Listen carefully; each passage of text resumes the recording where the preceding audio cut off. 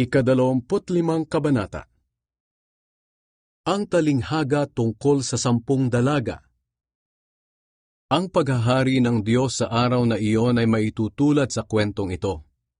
May 10 dalagang lumabas na may dalang ilawan upang salubungin ang lalaking ikakasal.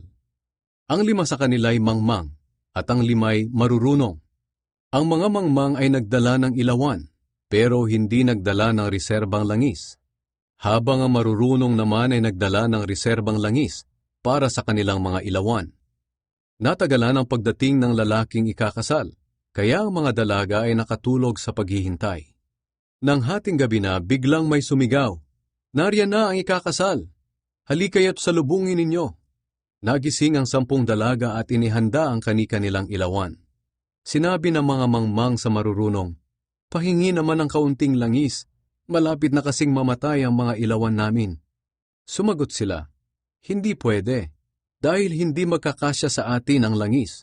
Pumunta na lang kayo sa tindahan at bumili ng para sa inyo." Kaya umalis ang mga mangmang na dalaga para bumili ng kanilang langis. Habang wala sila, dumating ang lalaking ikakasal. Ang 5 nakahanda ay sumama sa kanya sa handaan. Pagpasok nila, isinara ang pintuan. Maya-maya'y dumating na ang 5 mangmang na dalaga at nagsisigaw, "Papasukin niyo po kami." Pero sumagot ang lalaki, "Hindi ko kayo kilala." At sinabi ni Jesus, "Kaya magbantay kayo, dahil hindi ninyo alam ang araw o oras ng aking pagbabalik." Ang talinghaga tungkol sa 3 alipin. Sinabi pa ni Jesus, ang paghahari ng Diyos ay maitutulad sa kwentong ito. May isang taong papunta sa malayong lugar, kaya tinawag niya ang kanyang mga alipin at ipinagkatiwala sa kanila ang pera niya. Binigyan niya ang bawat isa ayon sa kani-kanilang kakayahang magnegosyo. Binigyan niya ang isa ng 5,000, ang isa naman ay 2,000, at ang isa pa ay 1,000. Pagkatapos ay umalis na siya. Ang alipin na binigyan ng 5,000 ay kaagad na umalis at ginamit sa negosyo ang pera, at tumubos siya ng 5,000. Ganoon din ang ginawa ng alipin na binigyan ng 2,000, at tumubos siya ng 2,000. Pero ang alipin na binigyan ng 1,000 ay naghukay sa lupa at itinago roon ang pera. Pagkalipas ng mahabang panahon, bumalik ang amo nila at ipinatawag sila upang magbalita tungkol sa perang ipinagkatiwala sa kanila. Lumapit ang alipin na nakatanggap ng 5,000 at sinabi, "Heto po ang 5,000 na ibinigay niyo sa akin, at ang karagdagang 5,000 na tinubo ko." Sumagot ang amo niya, "Magaling, isa kang mabuti at tapat na alipin. At dahil naging matapat ka sa kakaunting ipinagkatiwala sa iyo, ipapamahala ko sa iyo ang mas malaki pang halaga.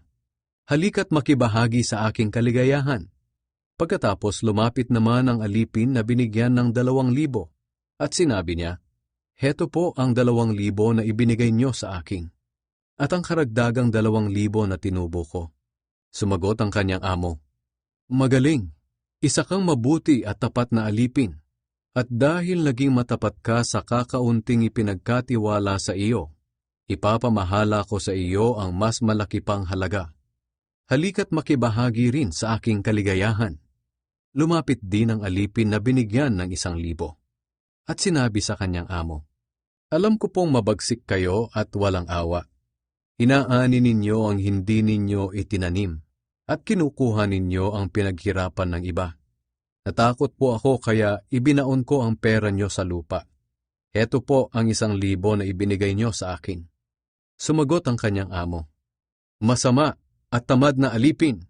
Alam mo palang inaani ko ang hindi ko itinanim at kinukuha ko ang pinaghirapan ng iba. Bakit hindi mo na lang idineposito sa bangko ang pera ko para pagbalik ko ay may makuha akong interes?"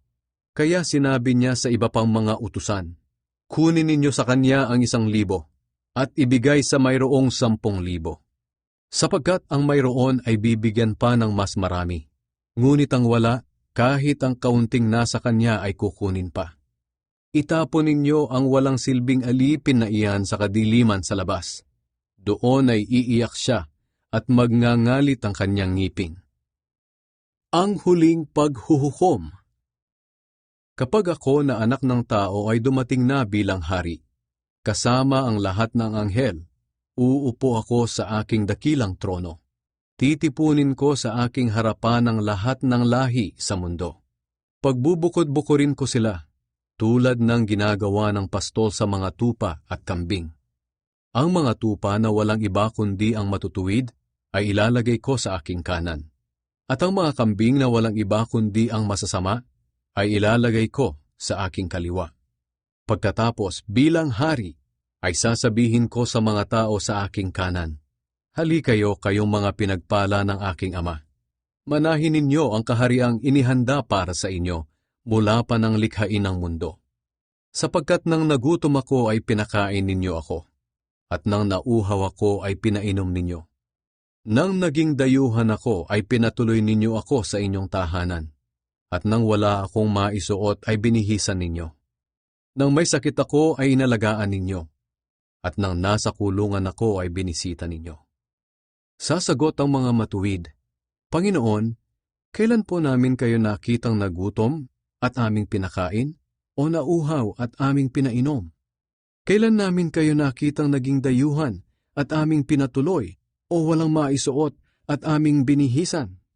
Kailan namin kayo nakitang may sakit o nasa kulungan at aming binisita?"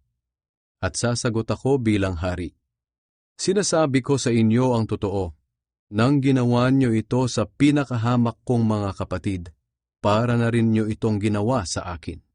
Pagkatapos, sasabihin ko naman sa mga tao sa aking kaliwa, "Lumayo kayo sa akin, kayong mga isinumpa ng Diyos. Doon kayo sa walang katapusang apoy na inihanda para sa diablo at sa kanyang mga kampon. Sapagkat nang nagutom ako ay hindi nyo ako pinakain, at nang nauhaw ako ay hindi nyo pinainom.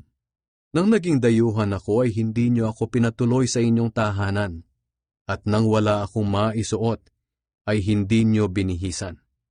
Nang may sakit ako at nasa kulungan ay hindi nyo ako inalagaan." Tatanungin nila ako, "Panginoon, kailan po namin kayo nakitang nagutom, nauhaw, naging dayuhan, walang maisuot, may sakit o nasa kulungan at hindi namin kayo tinulungan?"